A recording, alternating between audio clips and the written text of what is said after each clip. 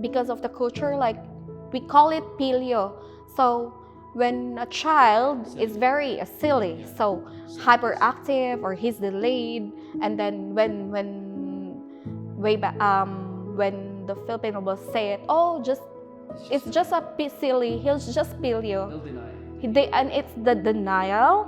So more often the early intervention, there's no early intervention. It's missed, so they grow up, and then with the school, and with the school system is different because it's private, it's being paid by the parents, and there's no funding for diagnosis. And also financially wise, parents need extra money in order to pay for the speech language, for the occupational therapy.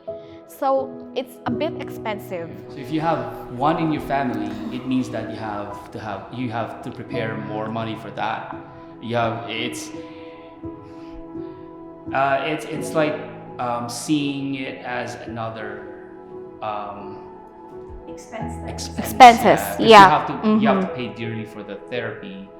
You have to pay for the speech, and everything costs so expensive. Like, it's ridiculously expensive in the Philippines. So only families that are well off, or even middle income families, have a hard time, getting all those services because there's no funding at all.